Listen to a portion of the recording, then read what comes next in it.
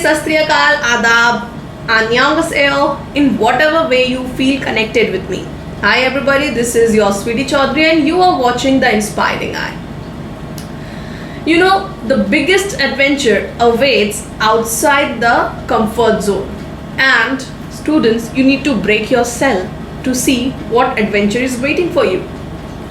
You know, in today's video, we are going to read a new chapter. And the name of the chapter is... Now, I'm not going to reveal like this. Should I reveal the topic? Not so easy. ये सवाल का जवाब दो. क्या आपको कभी बचपन में ऐसा लगता था स्कूल नहीं जाना और अब आपको ऐसा लगता है कि स्कूल से कहीं नहीं जाना?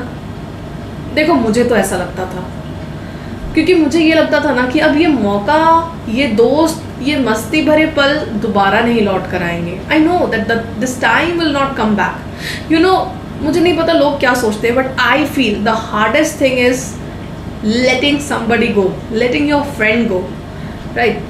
So the hardest thing is saying goodbye to each other. ऐसे we all are connected, but शायद अब हम कम मिलते हैं. शायद वो 6 बजे वाली मॉर्निंग बेल और असेंबली के लिए लाइन लगना, नेल्स कट करके आना, चौक से लेकर शू को पॉलिश करना, ब्लैक शू में ऑयल लगा करके उसके अंदर शाइन लेके आना, टीचर की वो डांट, वो उनका स्ट्रिक्टनेस, वो बैज होल्ड करना, वो मॉनिटर बन के प्राउड फील करना, वो सारे समय ना लौट कर नहीं आने वाले, बिल्कुल नहीं आने वाले. यू नो, मैं ये सारी बातें आज क्यों कर रही हूँ? ऐसा सिर्फ स्टूडेंट को नहीं लगता. जब एक टीचर रिटायर हो रहे होते हैं ना, उन्हें भी ऐसा लगता है. Yes, when a teacher is like, when its tenure complete and when he or she is getting retired, he or she also feels the same. I'm just telling you कि एक बार अपने दर्द और उनके दर्द को कंपेयर करके देखो. Trust me, you will understand their pain.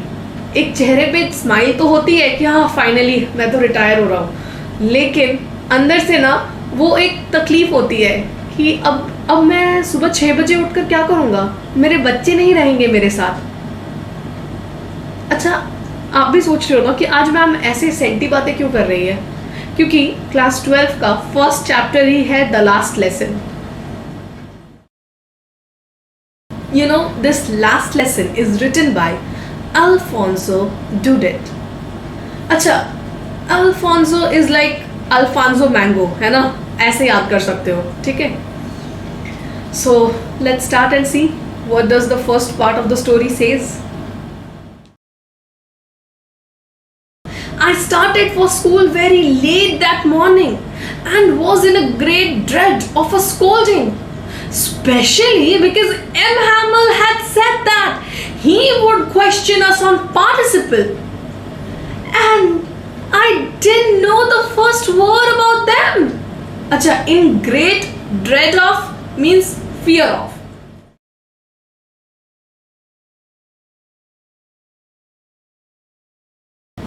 तो बेसिकली क्या होता है बेटा इस फर्स्ट पैरा में कि जो नैरेटर है ना, हमें बहुत अच्छे से पता चल जाता है कि narrator is what? Narrator is a young school going boy, ठीक है? वो एक मतलब स्कूल जाने वाले बच्चा था जिसका नाम फ्रेंड्स था, ठीक है? So the narrator is now saying कि that morning I was scared. उस सुबह मैं बहुत डरा हुआ था क्योंकि I was late for the school. और साथ ही साथ वो ये भी कह रहा था कि जो उसके टीचर एम हैमल है, also he was saying that my teacher M Hamel had already announced the previous day that he will be taking test on participle. तो वो बोलता है कि जो मेरे टीचर हैं एम हैमल, उन्होंने ऑलरेडी अनाउंस कर दिया था कि वो टेस्ट लेंगे पार्टिसिपल टॉपिक के ऊपर. And friends didn't know anything at all and narrator was saying and I don't know anything at all. मुझे कुछ नहीं पता था उसके बारे में. And all he was more scared of being scolded. And narrator was saying कि मुझे और कुछ नहीं सूझ रहा था, मुझे बस उनके डांट से डर लग रहा था. जो वो मुझे स्कोल्ड करेंगे ना, जो मुझे डांटेंगे, मुझे सुनाएंगे, मुझे उससे डर लग रहा था. I was scared because of that reason. आगे बढ़ते. सेकेंड पैर. For a moment, I thought of running away and spending the day out of doors. It was so warm, so bright. The birds were chirping at the edge of the woods, and in the open field back of the sawmill, the Persian soldiers were drilling. Okay, sawmill is a factory for cutting wood and drilling means exercising. ठीक है, तो अभी क्या होता है यहाँ, French had another option in his mind. Now he was so scared, he was late. एक तो वो डरा हुआ था, वो बहुत ज़्यादा डरा हुआ था और वो लेट भी था, तो उसके दिमाग में ना बैकअप प्लान बन रहा था. अच्छा सच बताना, जब आप डरे हुए होते हो, मतलब मान लो जैसे कि आपने कुछ गलत किया है और आपको डर लग रहा है, तो आपके माइंड में भी बैकअप प्लान बन रहा होता है ना कि यार पापा से कैसे बचे, क्या बोले क्या बोले क्या बोले. तो यहाँ पर फ्रेंच के भी माइंड में बैकअप प्लान चल रहा था. वो सोच रहा था let's miss the school today. वो सोच रहा था कि आज क्यों ना स्कूल को मिस कर ले और ये दिन को एंजॉय करें, because today the day was very warm and bright. वो कह रहा था कि आज मिस करते हैं स्कूल को, मतलब छोड़ देते हैं स्कूल, और आज ये अच्छी गर्म, आज तो बहुत अच्छा दिन है, एकदम गर्म है मौसम और मतलब वेदर बहुत ही अच्छा है, गर्म है और ब्राइट है, तो क्यों ना एंजॉय करें. And he described the scene. This way he was describing कि क्या सिनेरियो था वहाँ पर. And साथ ही साथ वो ये भी बोल रहा था कि there were birds who were chirping on the tree. मतलब जो पक्षियाँ थी वो पेड़ पर बैठ के चहक रही थी, बहुत अच्छा मौसम था, ठीक है. और पर्शियन सोल्जर्स जो थे ना, वो लोग एक्सरसाइज कर रहे थे, ड्रिलिंग कर रहे थे. ड्रिलिंग मतलब they were exercising, ठीक है, वो अपना एक्सरसाइज कर रहे थे. Behind what, behind the sawmill. Sawmill के पीछे जो पर्शियन सोल्जर्स थे वो लोग वहाँ पर एक्सरसाइज कर रहे थे. And that can be heard. तो राइटर कहते हैं क्यों ना मैं स्कूल मिस कर दूं, मैं ना जाऊं स्कूल, मैं बच जाऊंगा ऐसे. यार सब बैकअप प्लान बनाते हैं, मैंने भी बनाया था. आप बताओ क्या आपने ऐसा किया था, कमेंट बॉक्स पे. आगे चलते हैं, ठीक है. It was all much more tempting than the rules of participles, but I had the strength to resist and hurried off to school. अच्छा, tempting means attracting, alright. Resist means to stay away. अब जो narrator है, जो author है, जो writer है, वो क्या बोलते हैं, the scene outside is so attractive, was much more attractive than the school test, and that also on the topic called participle. हाँ, तो जो ऑथर है वो कहते हैं कि यार बाहर का जो दृश्य है वो कितना अट्रैक्टिव है यार, वो स्कूल में जा करके वो पार्टिसिपल का रूल्स और टेस्ट देने से तो ज़्यादा अट्रैक्टिव है. But friends control the temptation and choose to attend the school. लेकिन फ्रेंच क्या कर रहे हैं, फ्रेंच कह रहे हैं कि कंट्रोल, मुझे स्कूल ही जाना है, मुझे स्कूल जाना है, और वो फिर फाइनली स्कूल अटेंड करते हैं. अच्छा, before we go to the next, मैं आपको इंग्लिश में भी समझा रही हूँ और हिंदी में भी समझा रही हूँ, ठीक है. For the first I am reading the passage, I am explaining it in English and in Hindi also, ताकि आपको और अच्छे से समझ में आए और आप क्वेश्चन आंसर लिखने के टाइम पर नर्वस बिल्कुल ना फील करो. बिकॉज मुझे पता है कि मेरे बच्चे जब, मतलब क्या होता है ना, कभी कभी आप थोड़ा सा घबरा जाते हो जब आप लिखते हो ना, तो आपको लगता है कि मैं नहीं लिख पाऊँगा, मेरी इंग्लिश स्ट्रॉन्ग नहीं है. तो मैं इसीलिए आपको एक बार इंग्लिश में पढ़कर बता रही हूँ, उसको फिर मैं इंग्लिश में एक्सप्लेन कर रही हूँ एंड साथ ही साथ उसको मैं हिंदी में भी कर रही हूँ. तो प्लीज़ कोई भी डाउट हो तो मुझे बेझिझक कमेंट सेक्शन में आप लोग पूछ सकते हो, ठीक है. चलते हैं. When I passed the town hall, there was a crowd in front of the bulletin board. For the last 2 years, all our bad news had come from there.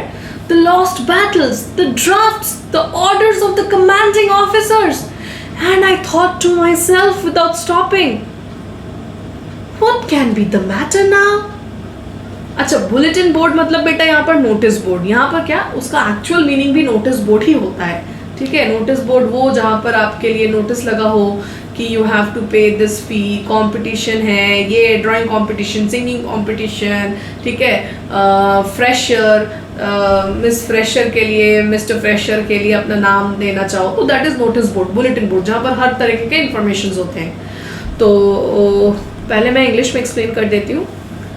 As Franz walked past the town hall, he noticed a huge crowd at the notice board.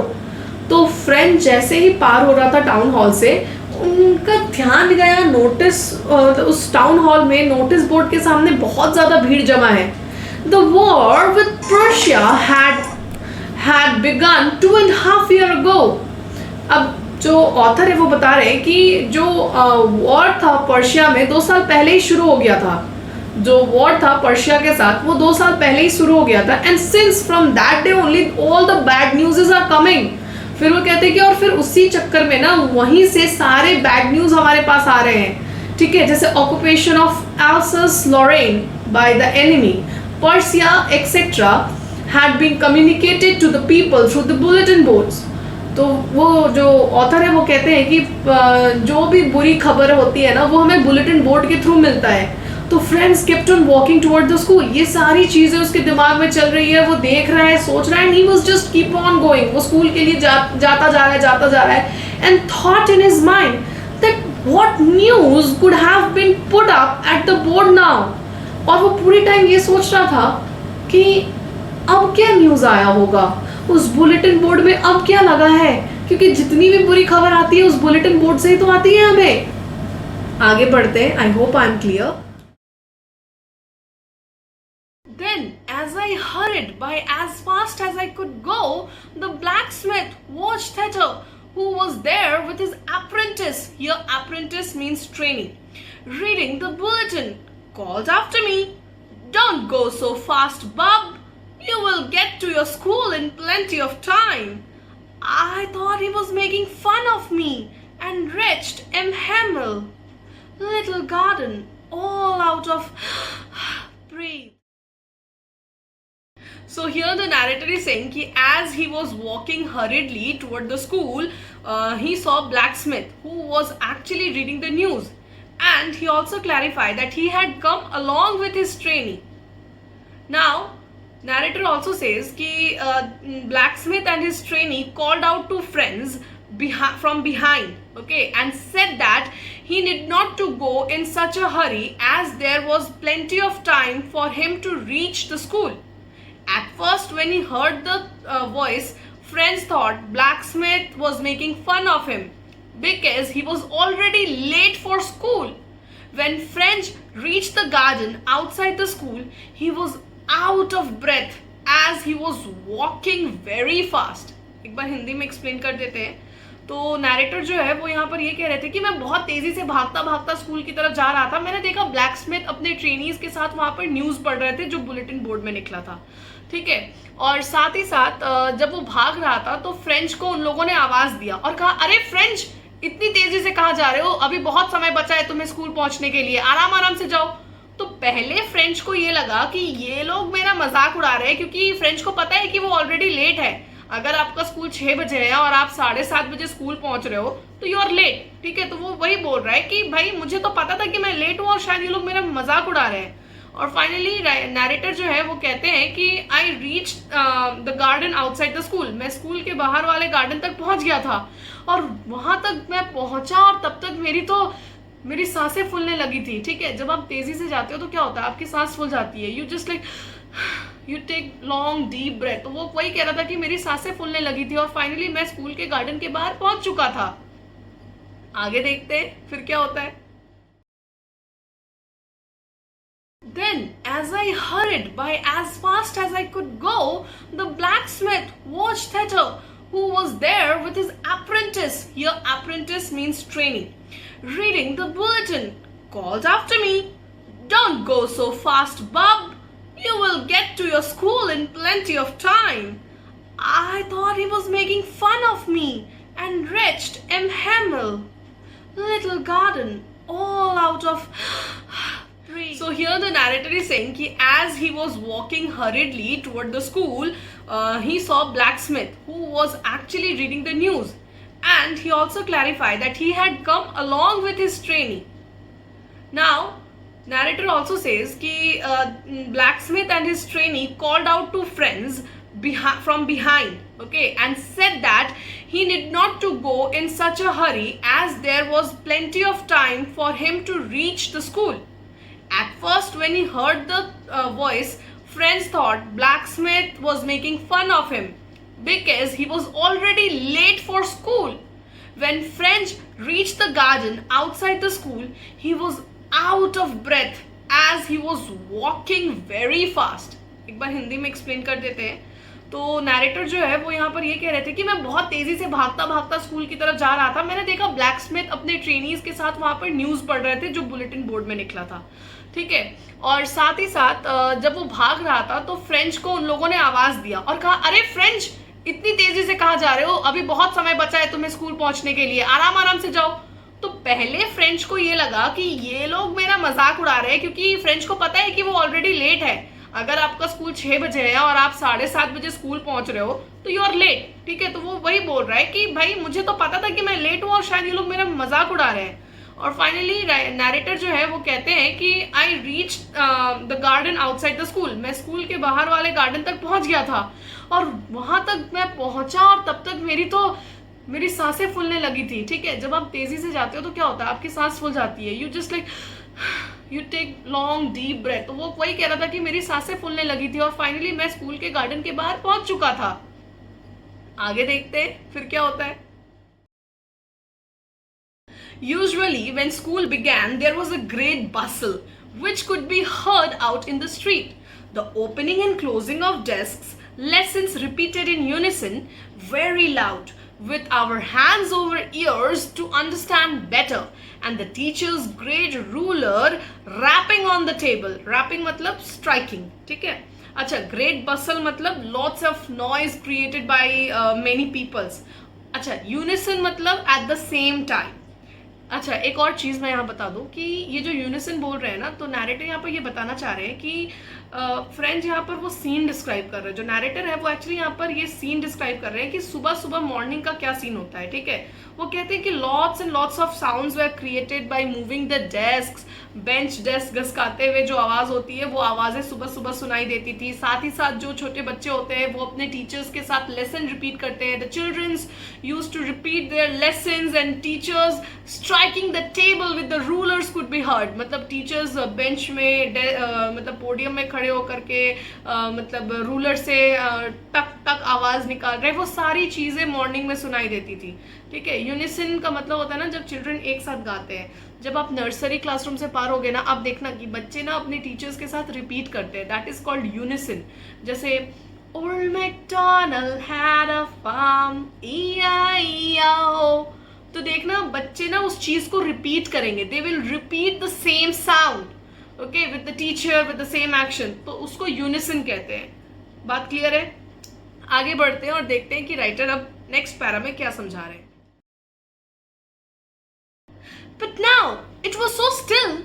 I had counted on the commotion to get to my desk without being seen.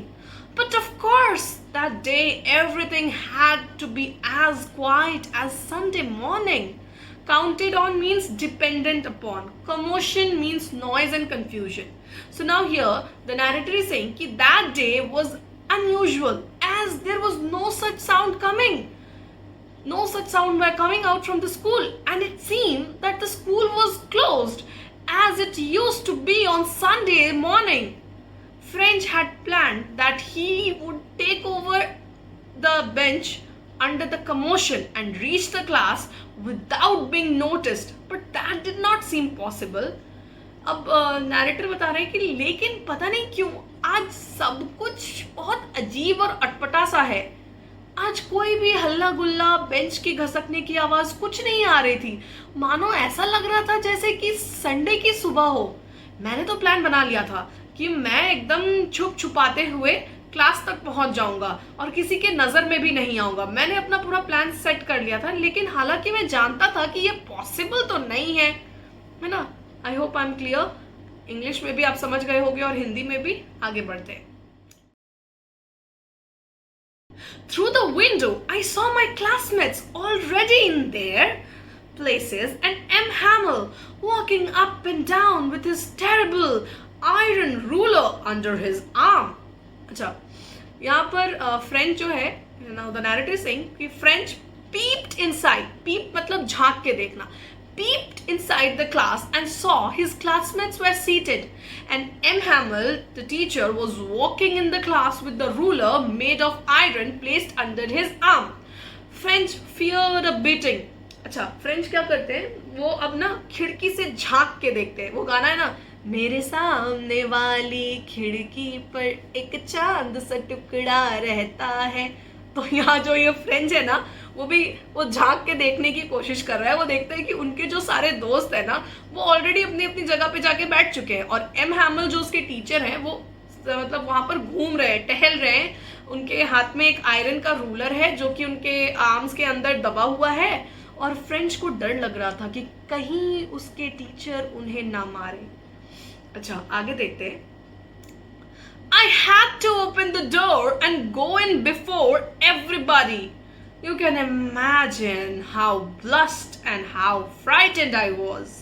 अच्छा, blushed मतलब face का लाल हो जाना। जब आप ज्यादा डरते हो या जब आपको शर्म आती है तो आपका चेहरा लाल हो जाता है, ठीक है, जो बेसिकली आपको तब होता है when you see of crush, ठीक है। अच्छा तो अभी यहाँ पर जो फ्रेंच है वो कह रहा है कि French was ashamed of being late and feared a scolding as he had to enter the classroom in front of everyone. French कह रहा है एक तो मुझे शर्म आ रही है क्योंकि मैं लेट हो गया हूँ, और मुझे पता है, मुझे डर लग रहा है क्योंकि मिस्टर हैमल जो है वो मुझे डांटेंगे सबके सामने अगर अभी मैं क्लास के अंदर घुसता हूँ तो, है ना। आगे बढ़ते हैं और देखते हैं नेक्स्ट क्या होता है। But nothing happened. M. Hamel saw me and said very kindly, "Go to your place quickly, little French. We were beginning without you." Now French found out bit strange. M. Hamel did not say anything, and on the contrary, he politely asked him to get to his seat as the class was about to begin without him. तो अब जो French है वो थोड़ा चौंक जाता है। It was like, what? ये क्या हो गया? उसको बहुत अजीब लगता है क्योंकि मिस्टर हैमल जो है ना उसको डांटते नहीं है, उसको कुछ कहते नहीं है, ठीक है, और बहुत ही पोलाइटली प्यार से उसको कहते हैं कि जाओ जाकर अपनी सीट पे बैठ जाओ, तुम्हारे बिना क्लास शुरू होने वाला था, तुम अगर आ गए हो तो अब चलो जाके क्लास में बैठ जाओ।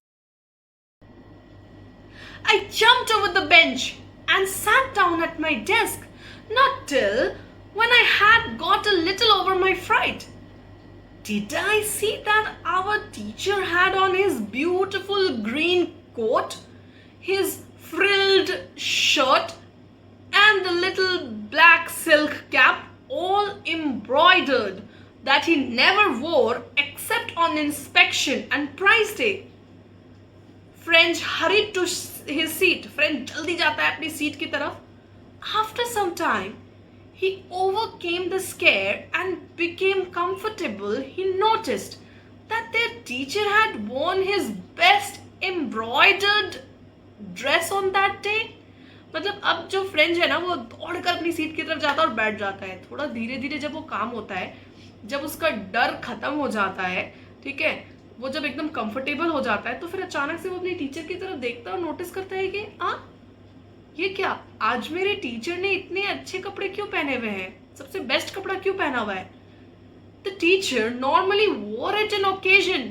अब फ्रेंच कहता है कि बेसिकली ऐसे इतने अच्छे कपड़े टीचर तो किसी ओकेजन में पहनते हैं, लाइक कोई इंस्पेक्शन में या फिर कोई प्राइज डिस्ट्रीब्यूशन डे में। French wondered if that day was a normal day. Then what could be the reason of M. Hamel to wear his special dress? French अब सोचने लगा कि आज सर ने ऐसा क्यों पहना, क्या आज कोई स्पेशल डे है या आज नॉर्मल डे, क्या है, why is he wearing such a special dress on this normal day. वो ये नॉर्मल डे में ऐसा कपड़ा क्यों पहने हुए, इतना स्पेशल कपड़ा आज क्या है। आगे बढ़ते। Besides, the whole school seemed so strange and solemn. But the thing that surprised me most was to see on the back benches that were always empty, the village people sitting quietly, like ourselves. Old Hauser with his three-cornered hat, the former mayor, the former postmaster, and several other besides. Acha, solemn means serious. Now, French is telling कि I felt a little bit strange. I felt that the atmosphere was something different, was unusual than usually it was in school. and he also felt that something serious is going on. To add it, he also says that the last bench of the classroom were occupied by the senior villagers. And he also said that over there the men were sitting, which meant the senior villager men were sitting. Hauser, who was wearing his three-corner hat, the retired mayor, postmaster, etc., they all were sitting over there. तो अब जो writer है वो कहते हैं कि मुझे ना बड़ा अटपटा लग रहा था। क्या अटपटा लग रहा था उसे? मुझे बड़ा अटपटा लग रहा था ये देख करके कि आज स्कूल का एटमॉस्फेयर बहुत अलग लग रहा है, बहुत अजीब लग रहा है, मतलब बहुत अनयूजुअल लग रहा है, कुछ सीरियस लग रहा है, कुछ तो बात है, फ्रेंड सोच रहा था। और फिर वो कहता है कि हालांकि मेरे स्कूल के लास्ट बेंच जो है, जो आज इतने भरे भरे दिख रहे हैं, वो हमेशा खाली रहते थे। और वो ये भी बताता है कि उस लास्ट बेंच में सीनियर विलेज मैन, मतलब गांव के बड़े लोग बैठे हुए हैं, मतलब गांव के बड़े मेन लोग बैठे हुए हैं, जिसमें से रिटायर्ड मेयर भी है, पोस्टमास्टर भी है, हॉसर भी है। एवरीबडी वाज सिटिंग, सब कोई वहां बैठा हुआ था और उसे लग रहा था कि क्यों सब बैठे हुए हैं यहाँ, क्या हो रहा है, what is happening over here. आगे चलते हैं और देखते हैं नेक्स्ट स्लाइड में। Everybody looked sad, and Hauser had brought an old primer, thumbed at the edges, and he held it open with his knee with his great spectacles lying across the pages. Primer means basic reader of any language. Thumbed means torn and damaged. So basically, now the writer is saying that they all looked sad. Hauser had brought his reader, which was old and torn. He had opened it, kept it on his knee and had placed his spectacle on it. अच्छा, तो अभी जो writer है वो बता रहे हैं कि मैं देख पा रहा हूँ कि सब लोग बहुत दुखी हैं। हॉजर जो है वो एक बुक लेके आया था जो कि पुराना फटा हुआ सा था। उसने उस किताब को खोला और अपने नी पे रखा and had placed his spectacled on it, और उस पे अपना चश्मा रखा। While I was wondering about it all, M. Hamill mounted his chair and, in the same grave and gentle tone which he had used to me, said, "My children, this is the last lesson I shall give you. The order has come from Berlin to teach only German in the schools of Alsace and Lorraine. The new master comes tomorrow. This is your last French lesson. I want you to be very attentive." Grave means serious. Okay? So Franz was actually confused and could not figure out what was happening on that day. And just then M. Hamill stood up and told them that this was their last lesson in French, as the person in Berlin had ordered that French language would no longer be taught in schools of Alsace and Lorraine, and that German language be taught instead. The German teacher would arrive the next day, and as this was the last lesson in French, he wanted them to pay attention. Okay, now I am feeling a bit sad. I don't know why. Okay, so I'll explain it in Hindi also. तो French थोड़ा सा confuse था और वो figure out नहीं कर पा रहा था कि यहाँ क्या चल रहा है, सब इतने उदास मुंह लटकाए हुए क्यों बैठे हुए, व्हाट इज हैपनिंग। और तभी अचानक से एम हैमल खड़े हो जाते हैं अपने चेयर से और वो कहते हैं कि मेरे प्यारो बच्चों, ये मेरा आखिरी लेसन था फ्रेंच का, क्योंकि बर्लिन से ऑर्डर आ चुका है कि अब एलिस एंड लॉरेंस में जर्मन लैंग्वेज पढ़ाई जाएगी, फ्रेंच नहीं, और आपके नए टीचर कल आ जाएंगे। What a thunderclap! These words were to me. Oh, the wretches! That was what they had put up at the town hall.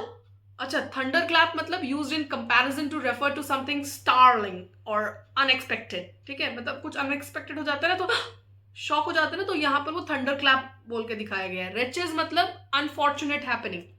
So French was actually shocked to know that he could not learn French any longer.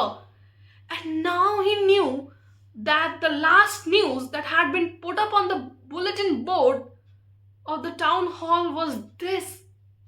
अब French एकदम shock हो गया। French को लग रहा था कि अरे ये क्या हो गया, अब उसको लग रहा था कि अब मैं फ्रेंच कभी नहीं पढ़ पाऊंगा।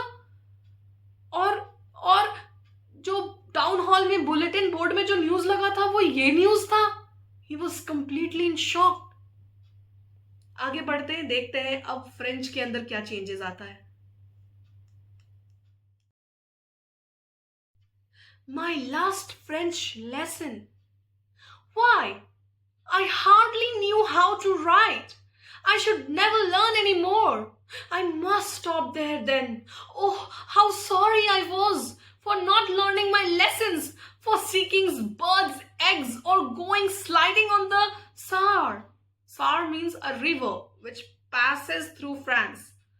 So, French regretting for not being serious in class during her studies and for wasting in time in hunting birds, eggs and playing in the Saar River. Finally, अब जो फ्रेंच था उसको बहुत ही अफसोस महसूस हो रहा है. उसको लग रहा है कि मैं सीरियस क्यों नहीं था अपने फ्रेंच की पढ़ाई के लिए. मैं क्यों इतना लाइटली ले रहा था. क्यों मैं सिर्फ मतलब बर्ड हंटिंग, एग हंटिंग या फिर रिवर साइड में अपना टाइम वेस्ट कर रहा था. आगे बढ़ते हैं. My books that had seemed such a nuisance a while ago, so heavy to carry, my grammar and my history of the saints were old friends now that I couldn't give up. Nuisance means problem and burden. ठीक है? Couldn't give up means cannot leave. Till now, friends considered his book to be an unwanted burden. But suddenly, he started feeling concerned about them. His best friend whom he could never leave. The writer wanted to show the change in French's attitude towards study after hearing the news that he could not learn French any longer. Basically, French थोड़ा सा shock में था और उसे ना जो books को burden, बोझ समझ रहा था, अब उसको अचानक से उसकी परवाह होने लगी. उसको ऐसा लगने लगा कि वो अपना दोस्त को जो कभी खोना नहीं चाहता था, यहाँ दोस्त मतलब फ्रेंड्स नहीं, बुक्स, जिसको वो कभी खोना नहीं चाह रहा है, जिसको पहले वो मतलब देखना नहीं चाहता था, बोझ लगता था, उसको अब वो खोना नहीं चाह रहा है. राइटर यहाँ पर उस बच्चे के अंदर जो उस एटीट्यूड का जो मतलब जो वर्ताव आया है, जो चेंजेस आया उसके बिहेवियर में, वो यहाँ दिखाना चाह रहे हैं कि जैसे उसने सुना कि आज फ्रेंच का लास्ट क्लास है तो उसका नजरिया ही पूरा बदल गया. Everything was changed. And M Hamel too. The idea that he was going away, that I should never see him again, made me forgot all about his ruler and how cranky he was. Cranky means strange, short-tempered. So as soon as he realized the news that their teacher M. Hamel was leaving, also had a similar impact on him. French didn't or did not want him to go away. He no longer thought that the teacher was short-tempered and strict. होता है ना ऐसा, जब जो teacher आपको strict लगते हैं वो अचानक से जब आपको छोड़कर जाने लगे तो एक मायूसी सी छा जाती है. लगता है जैसे कि काश वो ना जाए, वो इतना तो स्ट्रिक्ट नहीं थे, वो बहुत अच्छे थे. फ्रेंच के साथ भी कुछ ऐसा हो रहा है. जैसे ही फ्रेंच को ये रियलाइज होता है कि अब एम हैमल को वो कभी नहीं देख पाएगा, he will not be able to see M Hamel ever again, he just realise कि his teacher was not at all strict. वो भूल गया कि उसकी टीचर शॉर्ट टेम्पर्ड है. And French did not want him to go away. और French अब नहीं चाहता कि वो दूर जाए उससे.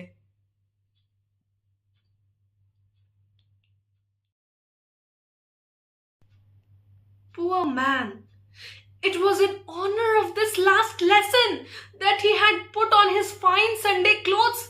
And now I understood why the old men of the villages were sitting there in the back of the room. Sunday clothes means the best dress that a person has.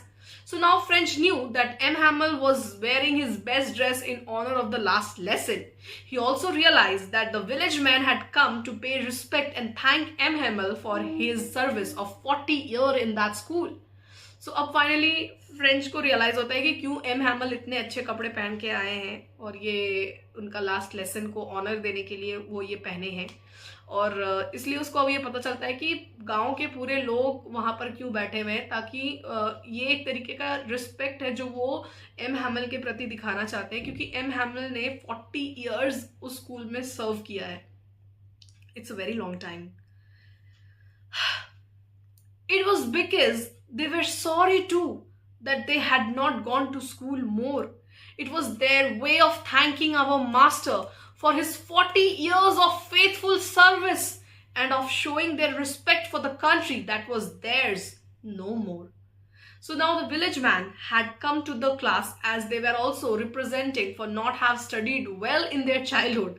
They had come to thank their teacher for his 40 years of services as a teacher of French. Also, they wanted to show respect to their country and were sad as their mother tongue French would no longer be taught to them. So finally जो writer है वो कहते हैं कि यहाँ पर वो बस बहुत छोटी सी चीज़ प्यार प्यार बहुत प्यार भरे तरीके में बताते हैं कि जो विलेज मैन है ना वो यहाँ पर इसलिए आए हैं क्योंकि वो भी मतलब वो ये बताना चाहते हैं कि बेशक उन्होंने भी पढ़ाई अच्छे से नहीं की हो बचपन में, लेकिन वो यहाँ पर उस टीचर को रिस्पेक्ट देने के लिए या उनको मतलब उन्होंने जो टाइम इस 40 इयर्स जो इस स्कूल में डिवोट किया है उसको रिस्पेक्ट देने के लिए वो लोग यहाँ पर आए हैं. And also they wanted to show respect and they were feeling guilty. ठीक है, वो टीचर्स को रिस्पेक्ट देने के लिए और उनके अंदर एक गिल्ट की फीलिंग है कि यार हम लोगों ने क्यों नहीं पढ़ा. नॉट ओनली दिस, फ्रेंच ये भी कहता है कि they also wanted to show respect to their country. वो अपने कंट्री को रिस्पेक्ट देने के लिए भी यहाँ पर आए हैं क्योंकि they were sad that their mother tongue French would no longer be taught to them. वो लोग इसलिए भी दुखी हैं क्योंकि उनका जो मदर टंग फ्रेंच है वो अब और नहीं पढ़ाया जाएगा. While I was thinking all this, I heard my name called.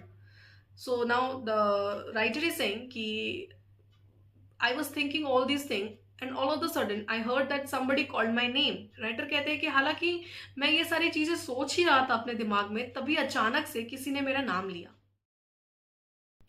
It was my turn to recite. What would I not have given to be able to say that dreadful rule for the participle all through, very loud and clear, and without one mistake? Dreadful means frightening. As the news had impacted French, he was eager to study, and so he was desperate to show his eagerness. He wanted to be able to recite the topic in one go, without any mistake, and wanted to please his teacher. His desperation is reflected in his willingness to give away all that he had in return for reciting the lesson well. अच्छा, सच बताना, जब आपके favourite teachers school छोड़कर जाते हैं तो आपको लगता है ना कि उस टीचर के लिए क्यों ना सब कुछ करते हैं. मुझे तो ऐसा लगता है एंड शायद मेरे बच्चों को भी ऐसा लगता हो. जब मैंने स्कूल छोड़ा हो या मैंने कोई ऑर्गेनाइजेशन छोड़ा हो तो वो भी शायद ऐसा ही फील करते होंगे जैसा आज फ्रेंच फील कर रहे हैं, जैसा आज मैं फील कर रही हूँ ये चैप्टर पढ़ने के बाद. So as the news has impacted, that means the writer is saying कि मतलब फ्रेंच के अंदर उस न्यूज़ का बहुत बड़ा मतलब प्रभाव पड़ा था एंड अब वो मतलब बहुत ईगर था पढ़ने के लिए. ठीक है, और बहुत डेस्परेट था. वो चाहता था कि वो टॉपिक को एक ही बार में रिसाइट कर दे, बोल दे, बिना कोई गलती बिना कोई मिस्टेक के, ताकि वो अपने टीचर को प्लीज कर सके एक आखिरी बार. ठीक है, उसका वो डेस्परेशन, उसके रिफ्लेक्शन, उसका विलिंगनेस, वो सारा चीज उसका ना वो मतलब दिख रहा था. ठीक है, एंड वो चाहता था कि वो सब कुछ दे दे जो उसके टीचर ने उसको दिया है, जो सिखाया है. ठीक है, वो चाहता था कि वो लेसन वो अच्छे से बोल पाए बिना कोई मिस्टेक के. बट मुझे नहीं लगता कि ऐसा कभी पॉसिबल होगा. But I got mixed upon the first words and stood there holding on to my desk, my heart beating and not daring to look up. अच्छा, mixed up मतलब confused. ठीक है, as friends did not know the lesson, he got confused and stood quietly. His heart was beating fast as he was ashamed of himself and did not have the courage to face his teacher. जैसा कि मैंने आपको बताया था, मुझे नहीं लगता possible होगा. देखो, तो मैं एक बार हिंदी में भी समझा देती हूँ. फ्रेंड जो था ना वो बहुत डेस्परेट था, वो सब कुछ करना चाहता था जो उसके टीचर ने उसको सिखाया था. ठीक है, लेकिन क्योंकि उसको लेसन अच्छे से नहीं पता था तो वो वर्ड्स पहले ही वर्ड में कंफ्यूज हो गया और चुपचाप बेंच को कस के पकड़ कर खड़ा हो गया.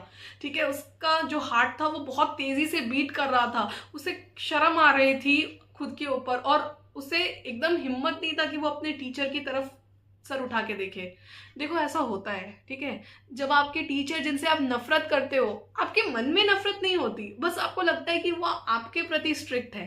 ठीक है, अचानक से जब आपको कभी खबर आ जाए कि वो टीचर आपको छोड़कर जा रहे हैं या उन्होंने रिजाइन कर दिया या उनका रिटायरमेंट हो गया, तो आपको लगता है कि यार क्या करें क्या करें, जो आखिरी बार उस टीचर को थोड़ा सा, थोड़ी देर उनके साथ रह ले, थोड़ा देर उनको भी समझ ले। फ्रेंच भी वही करने की कोशिश कर रहा था। वो चाह रहा था कि वो जो भी टीचर ने उसको सिखाया है वो बस थोड़ी देर वो कैसे भी करके बोल ले उसको। वो मतलब वो अपने टीचर को खुश करना चाहता था। वो ये बताना चाहता था कि सर मैंने सब सुना है, मैंने सब पढ़ा है, जो कि शायद पॉसिबल नहीं हो पाया। Now, in this passage, or I should say in this para, you will learn a very good lesson. I heard M. Hamill say to me, I won't scold you, little French. You must be feeling bad enough. See how it is. Every day we have said to ourselves, Bah, I have plenty of time. I'll learn it tomorrow. And now you see how we have counted? Or now you see how we have come out? Acha, where we have come out is actually a result. So finally, M. Hamill, jo the, said to French that don't worry, French, I'm not going to scold you. As now, French, M. Hamill is saying, as now, I know you had realized your mistake. Remember, French, every day I used to tell you that focus, study. And every day, French told himself that he would study next day. And now look, the opportunity to study had ended and he knew nothing. So finally जो M Hamel है वो कहते हैं French को कि तुम चिंता मत करो, मैं तुम्हें नहीं चिल्लाऊंगा, मैं तुम पे डांटूंगा भी नहीं। फ्रेंच, याद है ना कैसे कहता था मैं, फोकस, आज देखो। फ्रेंच को फिर ये रियलाइज भी होता है और फिर वो कहता है, फिर सर कहते हैं कि आज देखो वो नेक्स्ट डे तो नहीं आया, और देखो देखते देखते नई अपॉर्चुनिटी जो थी तुम्हारे पास पढ़ने की, इस लैंग्वेज को पढ़ने की, इस लैंग्वेज को जानने की, वो भी चली गई। आज तुम कुछ नहीं जानते इस लैंग्वेज के बारे में।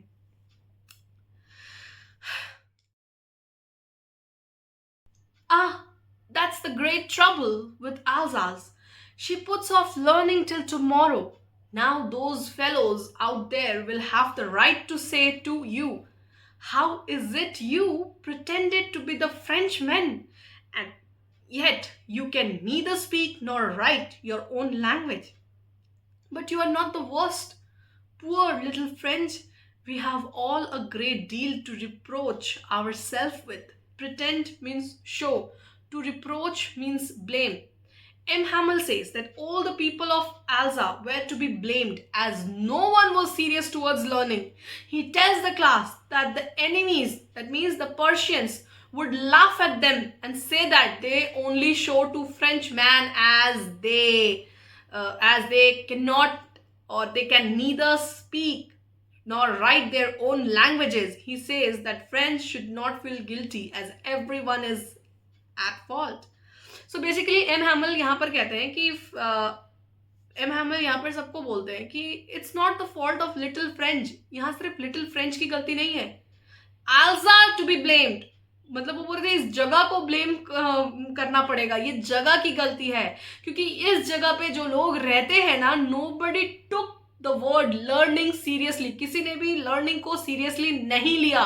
He tells the class that the enemies, यहाँ पर एनिमीज मतलब वो क्लास को बताते हैं कि पर्शियन जो है ना उनके ऊपर हंसेंगे, ठीक है, that they only show to be French man as they can neither speak nor write their own language. वो ये भी कहते हैं कि पर्शियन तुम लोगों को भी हंसेंगे, वो कहेंगे कि तुम लोग तो सिर्फ नाम के लिए फ्रेंच मैन हो, ना तो तुम्हें अपना लैंग्वेज बोलने आता है ना लिखने आता है। और वो ये भी कहते हैं कि फ्रेंच तुम गिल्टी फील मत करो, इसमें सिर्फ तुम्हारी कोई गलती नहीं है, ठीक है, यहाँ मौजूद सभी लोग की गलती है। Your parents were not anxious enough to have you learn. They preferred to put you to work on farm or at the mills so as to have a little more money. And I have been to blame also. Have I not often sent you to water my flowers instead of learning your lessons? And when I wanted to go fishing, did I not just give you a holiday? अब देखो M हैमिल ये भी कहते हैं, I don't know, I'm feeling emotional. M. Hamill says that कि French इसमें तुम्हारी गलती नहीं, तुम्हारे पेरेंट्स की गलती है, ठीक है। He says that French, it's your parents' fault. They were not interested in getting you educated. They wanted you to work at a farm or at a mill so that they can earn extra money. He also says that being a teacher, it was my fault also. he was also not interested in teaching. He would send them to his house to water the plant. And he also says that sometime I declare holiday and go for fishing. So it's my fault also. अब M हैमल French को कहते हैं कि French, इसमें तुम्हारी गलती नहीं है, इसमें तुम्हारे पेरेंट्स की भी गलती है. तुम्हारे पेरेंट्स नहीं चाहते थे तुम्हें अच्छे से एजुकेशन मिले, एंड वो तुम्हें फार्म में या फिर मिल के तरफ भेज देते थे काम करने के लिए, ताकि वो थोड़ा सा तुम उनके लिए या अपने परिवार के लिए वो लोग थोड़ा सा एक्स्ट्रा पैसा कमा सके. और सिर्फ तुम्हारे पेरेंट्स की गलती नहीं है, बीइंग अ टीचर ये मेरी भी गलती है कि मुझे भी तुम लोगों को पढ़ाने में कोई इंटरेस्ट नहीं आ रहा था. जब मौका मिलता था तब मैं तुम्हें अपने घर में भेज देता था पौधों में पानी डालने के लिए, या जब मुझे कहीं फिशिंग में जाना होता था तो मैं छुट्टी डिक्लेयर कर देता था. तो it's my fault also.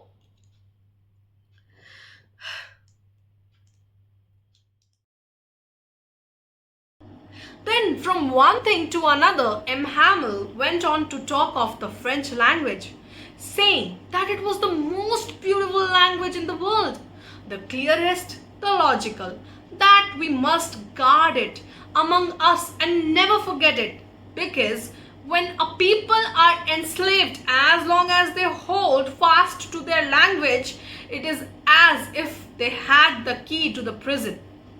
Now, M. Hamel praises their mother tongue, French language, as being the most beautiful, clearest and most logical language in the world. He tells the class to guard their language, as it is the only way to free oneself from the prison of slavery. And he also says that if a person knows his mother tongue well, no one can enslave him. Knowing the mother tongue well as a language is a tool to fight a domination. So in short M Hamel यहाँ पर mother tongue को praise कर रहे हैं. कहते हैं कि French language जो है वो बहुत खूबसूरत भाषा है, क्लियरेस्ट है, साफ है, लॉजिकल भी है पूरे वर्ल्ड में.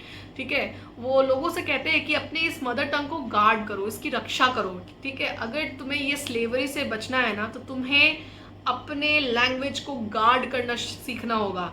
ठीक है, अगर कोई इंसान अपने मदर टंग को बहुत अच्छे से जानता है, no one can enslave them, मतलब कोई भी उसके ऊपर रूल नहीं कर पाएगा. फिर knowing mother tongue as well as language is a tool to fight domination. अपनी मातृभाषा अगर आपको अच्छे से पता है तो आप कोई भी जंग जीत सकते हो, आप कोई भी लड़ाई जीत सकते हो. आप किसी के दबाव पे नहीं आ पाओगे, आपको कोई कंट्रोल नहीं कर पाएगा.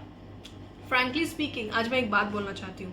अगर हम इंडिया में देखें तो इंडिया में बहुत सारे लैंग्वेजेस हैं. आपको पता है एक और चीज़ मैंने क्या आप सभी ने नोटिस किया होगा कि जिन लोगों को इंग्लिश बोलने आता है ना, लोग हमेशा उनको सुपीरियर समझते हैं.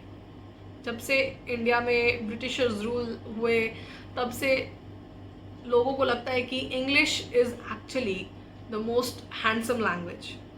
बट ऐसा नहीं है, बिल्कुल नहीं है यार. इंग्लिश को आप लोगों ने मतलब क्या कहूँ, मतलब I feel like if a person is talking in English, people feel that कि अरे वाह, ये तो इंग्लिश में बात करता है, इसका मतलब ये पढ़ा लिखा है. ऐसा कुछ नहीं है. लैंग्वेज है वो, सिर्फ English is just a language. इंसान को मतलब बेशक आज हमारे कंट्री से ब्रिटिश रूलर्स चल गए हैं, लेकिन उन्होंने अपनी लैंग्वेज हमें दे के गए. सी यू नो वॉट, लैंग्वेज जो है ना वो हमारे डिस्टेंस को कम करने की कोशिश करता है, लेकिन we human being actually take language in some other way. हमें लगता है कि जो इंग्लिश अच्छे से बोल पाता है ना वो सुपीरियर है, वो बहुत पढ़ा लिखा है. और जो हिंदी में वार्तालाप करते हैं, आई थिंक उनको बिल्कुल पढ़ना लिखना नहीं आता, गंवार है. But you know what, English is just a language, है ना. इट टोटली लाइक आप कितने पढ़े लिखे हो वो आपका behaviour, way of talking, way of thinking से पता चल जाएगा. ठीक है, मान लो बहुत पढ़े लिखे हो और आप किसी गरीब को पानी नहीं पिला रहे हो ये बोल कर कि मेरे हाथ गंदे हो जाएंगे. You are not well educated, you just only learn the language. ये चीज़ हमेशा अपने दिमाग में बैठा के रखना. Then he opened a grammar and read us our lesson. I was amazed to see how well I understood it. All he said seemed so easy, so easy. I think too that I had never listened so carefully and that he had never explained everything with so much patience. It seemed almost as if the poor man wanted to give us all he knew before going away and to put it all into our heads at one stroke. At one stroke means at once in one go. So now the writer is saying the teacher took a lesson in grammar, and he also says that on that day French was surprised that he understood the lesson very well. He found out the lesson was easy. He felt that he had been attentive, and that M. Hamel also explained the lesson with lots and lots of patience. At last, the writer says, Friends felt that the teacher wanted to give them all the knowledge he had before leaving. Hindi में एक बार बता देते हैं. तो अब क्या होता है ना कि टीचर अपना लेसन शुरू करता है, ठीक है, वो ग्रामर पढ़ाता है, और उस दिन फ्रेंच को ऐसा रियलाइज होता है कि उसको सब कुछ समझ में आ रहा है जो एम हैमल पढ़ा रहे हैं, और उसको ये रियलाइज होता है कि वो कभी भी इतना अटेंटिव नहीं था एम हैमल के क्लास में, और एम हैमल भी इतने पेशेंटली नहीं पढ़ाते थे. फ्रेंच को ऐसा लगता है मानो जैसे कि जो मेरा टीचर है आज हमें सारा ज्ञान हमें दे देना चाहता है, जो भी उन्हें पता है वो सब कुछ हमें दे देना चाहते हैं ये स्कूल छोड़ने के पहले, यहाँ से जाने के पहले. I hope you have understood this much. After the grammar, we had a lesson in writing that day. M. Hamel had new copies for us, written on a beautiful round hand, France, Alza, France, Alza. So after grammar, मतलब writer कहते हैं कि after the grammar class, they had a lesson in writing. अब उनकी writing class थी. M. Hamel gave the class new notebook. M. Hamel जो है वो क्लास में नई नोटबुक बांटते हैं. उनकी बहुत सुंदर हैंड राइटिंग में लिखा रहता है France Alsace, beautifully written on them. उस नोटबुक में बहुत खूबसूरत हैंड राइटिंग में फ्रांस एल्जा लिखा रहता है. They looked like little flags floating everywhere in the schoolroom, hung from the rod at the top of our desks. You ought to have seen how everyone set to work and how quiet it was. The only sound was the scorching of the pens over the paper. Now, French felt that here was an air of patriotism in the class. The notebook were like flags of France that were floating all around. The entire class was busy writing, and the only sound that could be heard was that of the pen writing on the paper. अच्छा, हिंदी में भी समझा देती हूँ. French को अभी लगता है ना, फ्रेंच को अभी ऐसा लग रहा है कि इन हवाओं में ना देशभक्ति जाग गया है. मतलब पूरे देश में, उस क्लास में पूरे देशभक्ति जाग गई है. और वो ये भी बोलते हैं यहाँ पर कंपेयर करके कि जो नोटबुक है ना उनको फ्लैग की तरह दिख रहा है, फ्रांस का फ्लैग की तरफ दिख रहा है, और दिख रहा है कि वो फ्लोट कर रहा है हर जगह पे, ठीक है. और जो राइटर है वो ये भी बताते हैं कि द एंटायर क्लास, पूरी क्लास बिजी थी लिखने में, और उस दिन सिर्फ पेन के खरचने की आवाज़ आ रही थी. जब आप पेन से लिखते हो ना कैसे स्क्रैच की साउंड आती है, सो वो साउंड आ रही थी खाली, ठीक है. Once some beetles flew in, but nobody paid any attention to them, not even the little ones, who worked right on tracing their fish hooks as if that was French too. Beetles, a large size insect, and not even the little ones refers to the pigeons, ठीक है. And who worked right on tracing their fish hook is actually scratching with their claws. So now the writer is saying कि once some mosquitoes flew into the class, कुछ मच्छरे, beetles, कीड़े घुस गए, but no one panicked. कोई भी घबराया नहीं, चिल्लाया नहीं, as everyone was busy in writing. हालांकि सब busy थे लिखने में.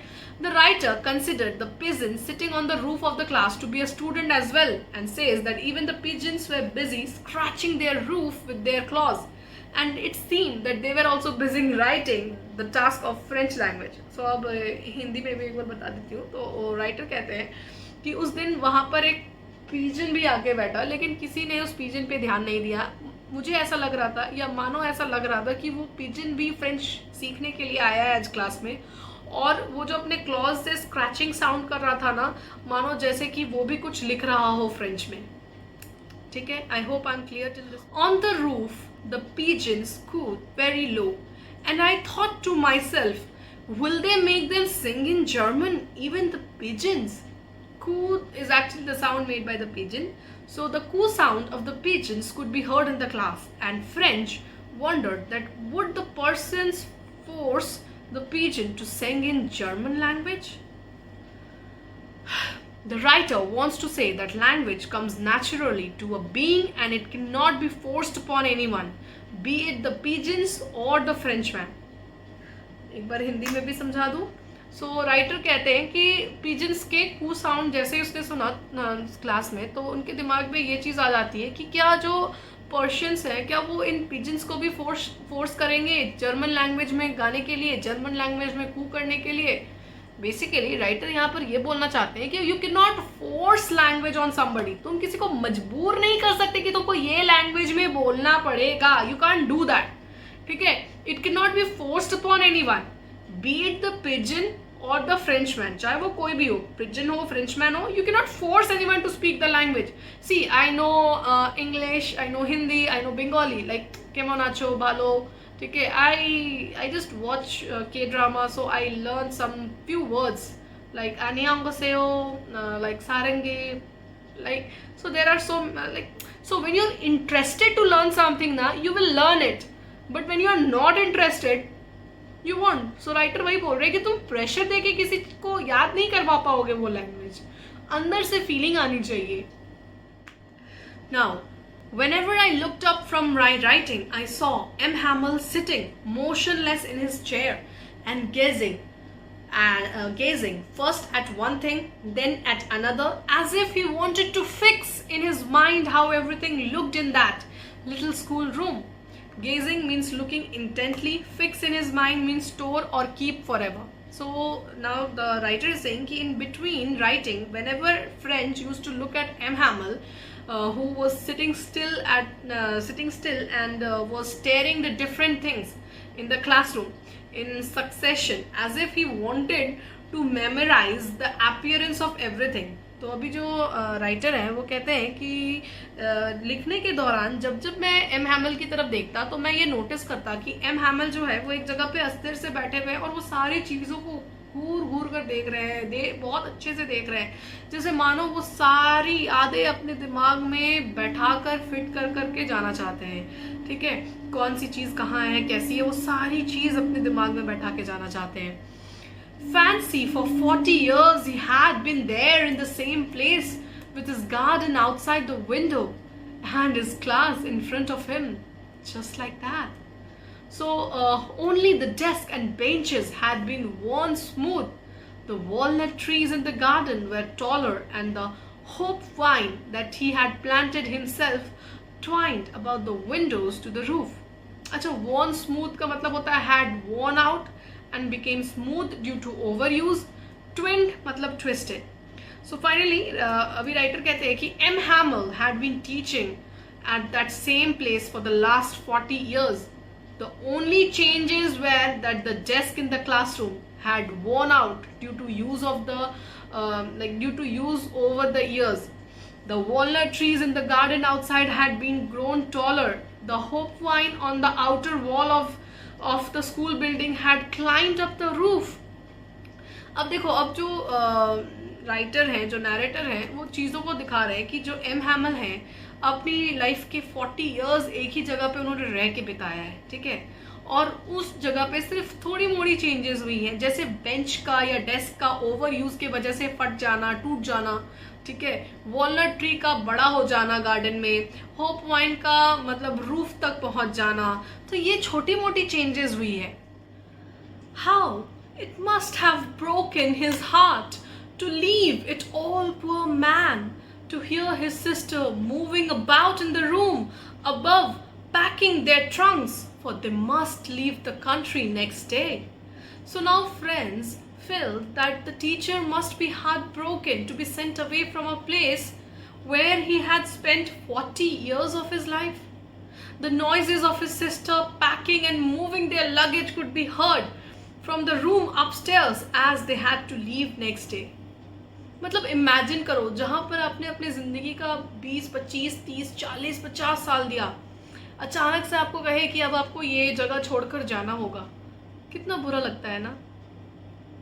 अब सोचो ये एक टीचर के साथ हो रहा है और ये जो टीचर है अपने बच्चों से अपना दुख एक्सप्रेस नहीं कर पा रहा, लेकिन उनके बच्चे उस चीज़ को फील कर पा रहे हैं क्योंकि उन्होंने उनको देखा है. 50 साल तो नहीं, बट उन्होंने जितने साल के लिए भी देखा है. तो बेसिकली फ्रेंच जो है वो कह रहा है कि मैं महसूस कर सकता हूँ कि मेरे जो टीचर हैं एम हैमल, वो कितने हार्ट ब्रोकन है, उनका कितना दिल टूटा हुआ होगा, ठीक है, जब उनको ये पता चला होगा कि अब उनको ये जगह जहाँ पर उन्होंने 40 साल दिया, ये देश उनको छोड़कर अब जाना होगा।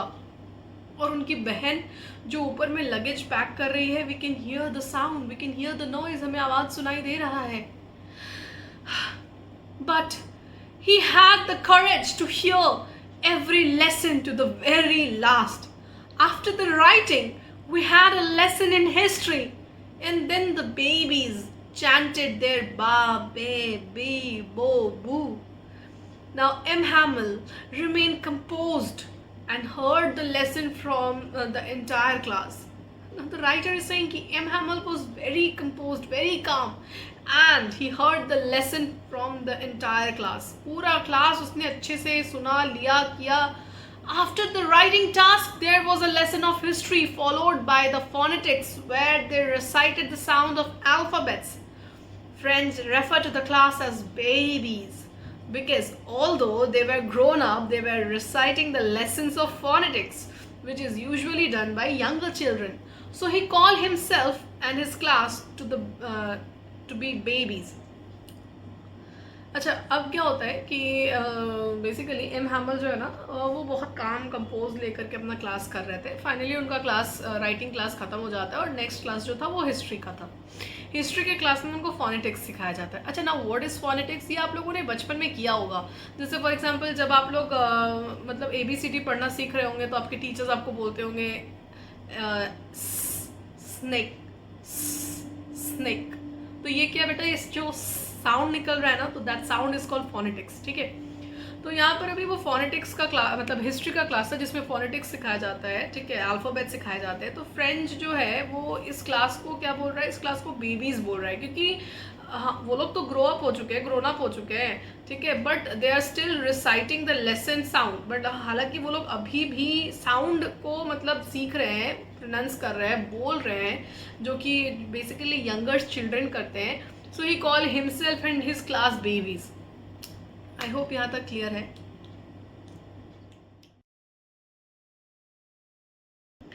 Down there at the back of the room, old Hauser had put on his spectacles, holding his primer in both hands, spelled the letters with them. You could see that he too was crying. His voice trembled with emotions, and it was so funny to hear him that we all wanted to laugh and cry. How well I remembered it, that last lesson.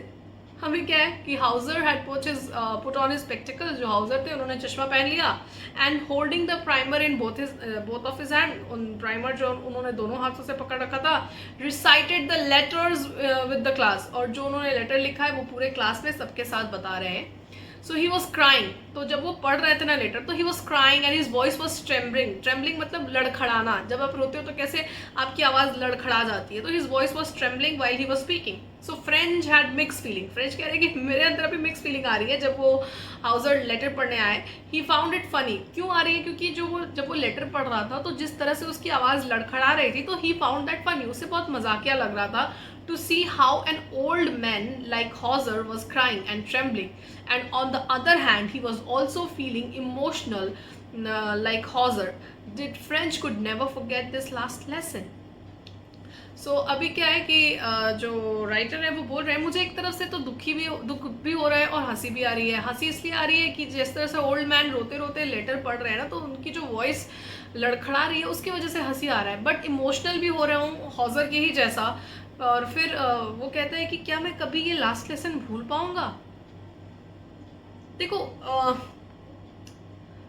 जब कोई teacher जा रहा होता है ना, और वो last day आपको जो भी सिखाता है ना, आप उसको अपने लाइफ टाइम मतलब उसको अपने साथ रखना चाहते हो, तो शायद आप वो लास्ट लेसन कभी नहीं भूलोगे. And let me tell you, ये DAV नंदराज के जो बच्चे हैं ना, I believe students like Karan and Vinash, ये लोग अच्छे से समझेंगे, क्योंकि मुझे पता है जब मैं DAV आई थी.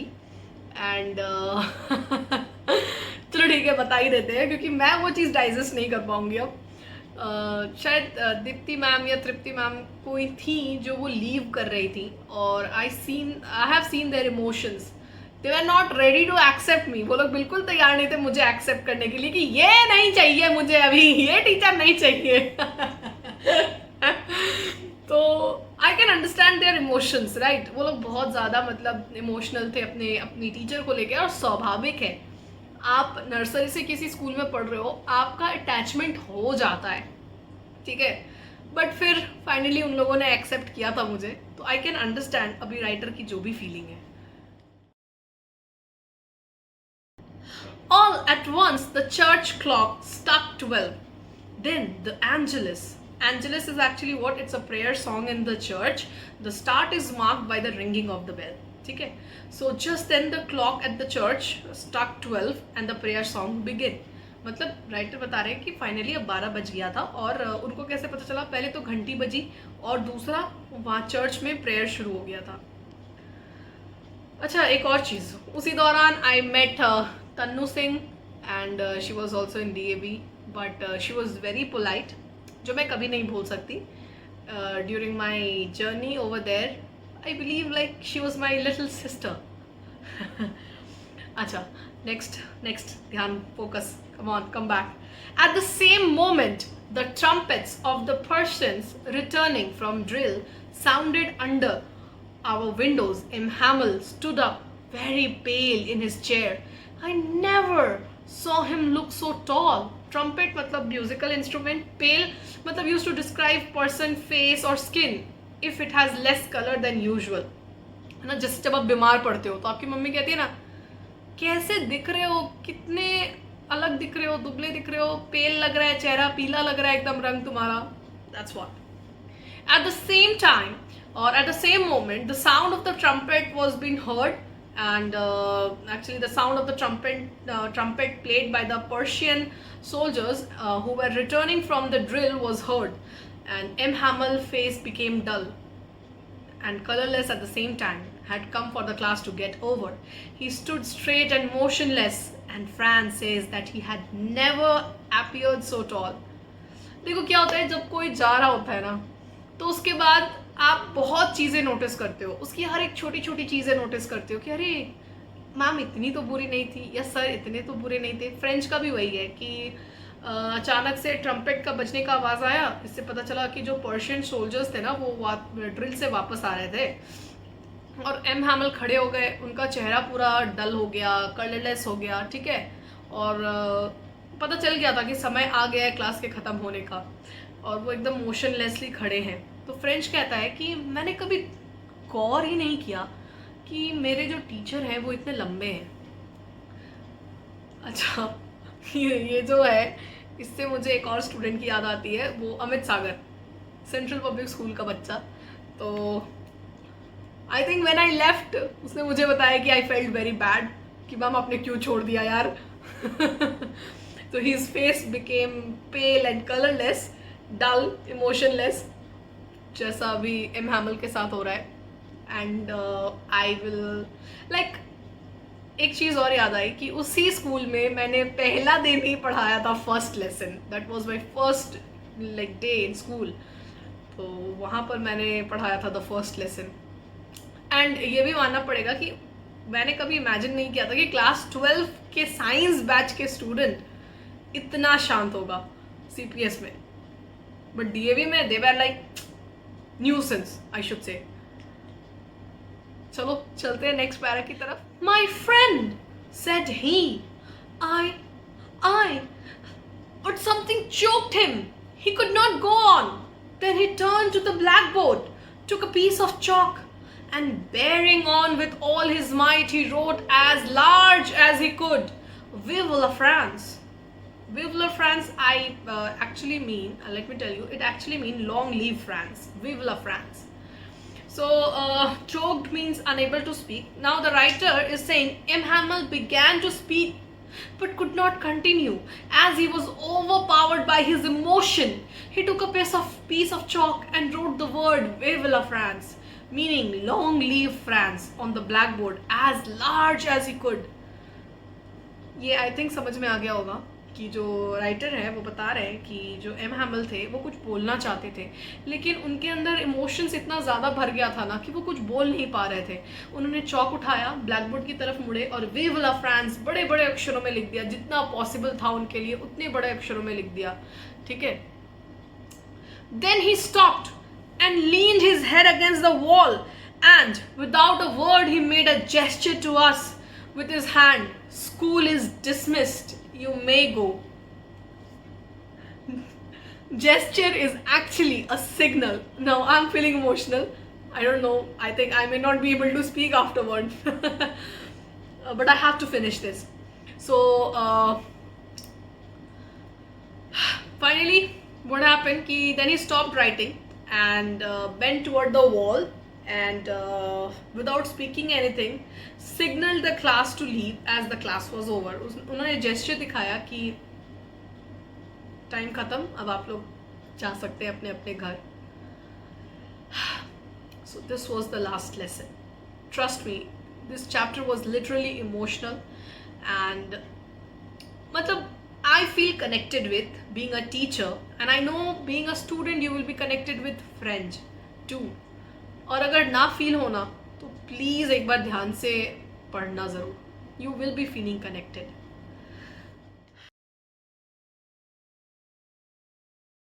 अच्छा, आज के लिए इतना ही. हम लोग फिर मिलेंगे अगले दिन नए टॉपिक और नए वीडियो में.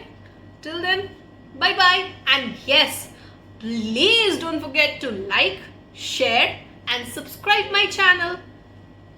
अच्छा, और एक चीज़, अगर आपको कोई डाउट है या कोई वर्ड आपको समझ में नहीं आ रहा है, feel free to comment. I will be responding. Okay.